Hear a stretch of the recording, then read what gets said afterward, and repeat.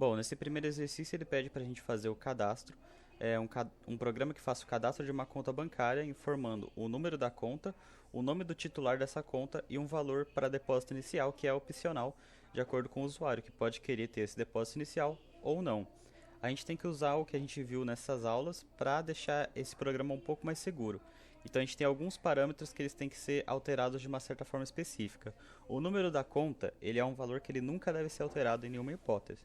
O nome do titular da conta, ele pode ser alterado é, de acordo com... Ele pode ser alterado posteriormente, porque uma pessoa ele pode, por alguma ocasionalidade, mudar de nome. Enquanto o saldo, ele não é alterado de forma livre, né? Ele tem o parâmetro do depósito e do saque, ele é alterado só por meio disso. Os depósitos eles são feitos apenas depositando o valor, só que os saques eles cobram uma taxa de 5 dólares. Bom, então aqui passando para o começo do programa, eu vou começar mostrando, eu tenho aqui, né, os dois métodos, dois pacotes, que é o pacote da minha aplicação e o pacote do meu utilitário, que é a conta, mas eu vou passar primeiro aqui, começar na ordem pela nossa main, que está no pacote de aplicação. Bom, aqui primeiro então eu só defini o loqueio, eu defini como o padrão americano, para a gente usar o ponto ao invés da vírgula para os valores decimais, que é um padrão mais comum. Defini o scanner como sistema de entrada e chamei, né, a nossa classe de conta, definindo aqui uma variável do tipo conta para ela. Passando aqui então eu só tenho um título que explica o que o programa faz, e aí eu já começo a pedir para o usuário inserir tudo que ele tem que inserir. A primeira coisa que ele insere é o número da conta, eu pego esse número da conta como um inteiro. Eu tenho aqui um scanner que vai escanear a próxima linha. Ele tem aqui para pegar o bufferzinho que fica de saída, porque se eu só escrevo inteiro e aperto espaço, esse espaço seria redirecionado para cá, então aqui ele só pega para não dar nenhum problema na hora. Peço para ele inserir o nome do cliente, também pego até a próxima linha. E aí eu faço a pergunta se haverá ou não depósito inicial, né? Que é para o usuário responder com sim ou não. Eu defini aqui o char, eu peguei a resposta como um char. E para isso eu usei o next e peguei o char no primeiro valor do vetor, né? Então, mesmo que o usuário responda com sim, o valor ainda vai ser s, porque é o primeiro caractere da string que o usuário responder, que ele vai pegar só.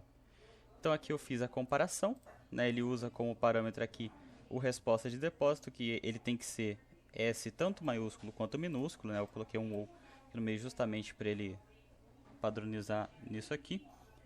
E caso ele responda que sim, que ele quer depositar um valor inicial, a gente pede para o usuário informar qual que é esse valor de depósito inicial.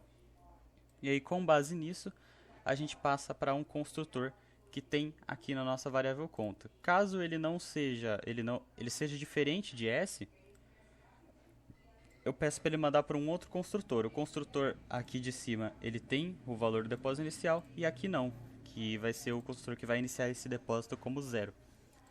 Bom, aqui então, passando aqui para explicar já direto como funcionam os construtores.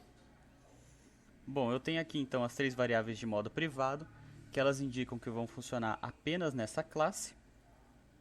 O meu primeiro construtor é do tipo conta, ele vai pegar três valores, que é o número, o nome e o nosso saldo inicial. O número, ele pega o número dessa classe aqui, esse diz ele diz que é o número daqui, porque a gente pode ter variáveis de nomes iguais. E ele armazena nesse valor o número que a gente recebeu como argumento. O mesmo ele faz para o nome. E o saldo inicial a gente manda ele como argumento para uma outra função, que é a função de depósito, porque o programa fala que a alteração do saldo ela só pode ser feita através de depósito e saque. Aqui embaixo a gente tem a conta, que é a com dois argumentos, que é para caso ele dê como negativo lá, se quer depósito inicial. Então ele só dessa vez inicia o número e o nome, e como não tem nada aqui, o saldo ele vai ser automaticamente iniciado em zero. Bom, voltando aqui da onde parou, eu só fiz então, retornei a conta atualizada, que ele pede para retornar sempre que a gente tem alguma atualização. Para isso, eu usei aqui, né, o toString, que ele vai retornar o número da conta, o nome e o saldo, né, no formato double, usando duas casas decimais, usando o nosso string format. Então ele vai retornar isso uma vez que eu coloco aqui a nossa variável que a gente definiu lá em cima.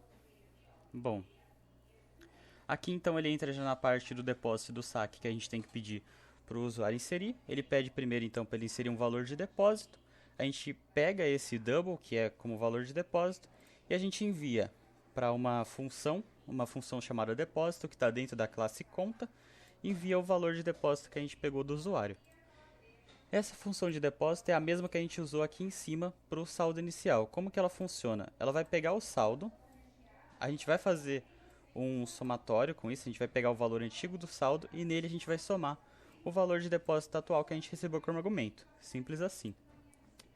A gente atualiza os dados da conta mais uma vez e dessa vez a gente pede para o usuário informar o saque, pega o saque como double e envia ele como argumento